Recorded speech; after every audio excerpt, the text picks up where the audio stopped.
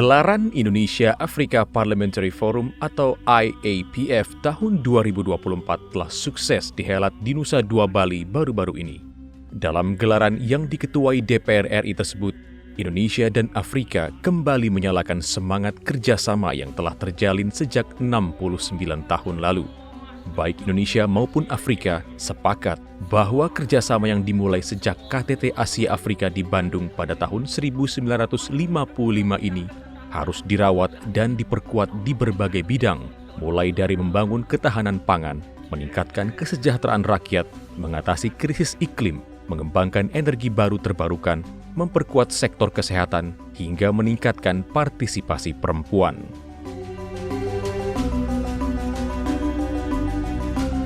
Berdasarkan data Badan Koordinasi dan Penanaman Modal atau BKPM RI, hingga triwulan 2 2024, total investasi Indonesia di negara-negara Afrika mencapai 2,09 miliar US dollar. Sebaliknya, investasi Afrika di Indonesia mencapai 1,73 miliar US dollar. Di tengah tekanan geopolitik global dan gejolak ekonomi dunia, Indonesia mampu tumbuh rata-rata di atas 5%, dan negara-negara Afrika tumbuh positif sekitar 3,7%. Dengan potensi ini, sudah semestinya kerjasama Selatan-Selatan terus dijajaki dan ditingkatkan. DPR menilai kerjasama ini akan memperkuat negara-negara di selatan yang nantinya akan bermuara pada peningkatan pembangunan, pertumbuhan ekonomi, hingga peningkatan kesejahteraan masyarakat di masing-masing negara. South-South Cooperation, kerjasama negara Selatan-Selatan ini mempunyai peluang yang sangat besar untuk meningkatkan volume perdagangan, meningkatkan pembangunan, meningkatkan pertumbuhan, meningkatkan ekonomi gitu ya. Jadi di antara negara-negara selatan-selatan saja, tadi seperti dikatakan oleh Rebecca Greenspan, volumenya udah lebih besar ketimbang dengan North-North gitu ya. Ini saja kita optimalkan, ini sudah menjadi luar biasa. Dan kita mempunyai potensi itu, kita punya potensi sumber daya alam yang besar, potensi sumber daya manusia yang juga cukup baik. Jadi kalau kita ini kembangkan, saya yakin akan lebih banyak untungnya daripada ruginya bagi Indonesia. Berdasarkan data Konferensi Dagang dan Pembangunan PBB atau UNCTAD, potensi kerjasama negara-negara di selatan jauh melampaui potensi negara-negara di utara. Karenanya, DPR mendorong kesempatan investasi antara Indonesia dan negara-negara Afrika dibuka secara luas. Misalnya, dengan membuka kesempatan dagang bagi UMKM, retail, dan BUMN Indonesia untuk merambah pasar Afrika. Badan usaha milik negara menjadi akselerator dalam membawa UMKM kita ke sana. Tentu UMKM kita lihat tidak justru hanya menjadi kekuatan di dalam negeri, tapi bisa menembus pasar-pasar dunia. Berbeda dengan kerjasama bilateral dan multilateral lainnya yang hanya mementingkan keuntungan dan eksploitasi, kerjasama Indonesia-Afrika punya nilai histori. Karenanya, IAPF mendorong kerjasama antara Indonesia dan Afrika mengedepankan prinsip kesetaraan dan saling menghargai.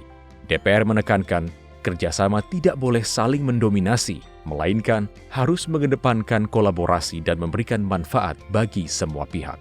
Banyak negara yang masuk ke Afrika, negara-negara besar dari barat dan timur, dari mana saja, mereka masuk mengambil sumber daya secara eksploitatif.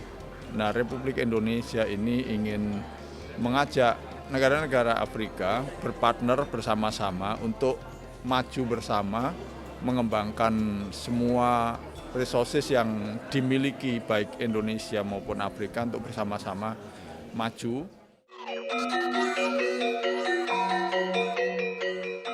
Tentu, kerjasama antara Indonesia dan Afrika tidak boleh hanya retorika belaka.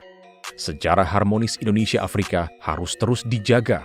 Semangat KTT Asia Afrika di Bandung harus tetap menyala, serta persatuan Indonesia dan negara-negara Afrika harus terus dibina.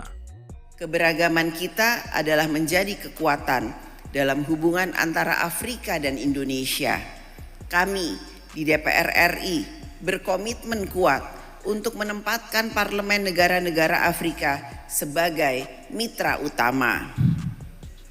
Ke depan, kita perlu terus berkonsultasi dan berdialog secara lebih intensif, baik di Jakarta, di ibu kota negara-negara Afrika, maupun di forum parlemen dunia seperti IPU. Terakhir, saya mengajak semua peserta untuk membawa hasil diskusi kita ke ruang sidang parlemen di negara masing-masing. Dan akhirnya, saya mengutip pernyataan Presiden Soekarno pada pembukaan Konferensi Asia Afrika tahun 1955. Let us remember, sisters and brothers, we, Asian and Africans, must be united.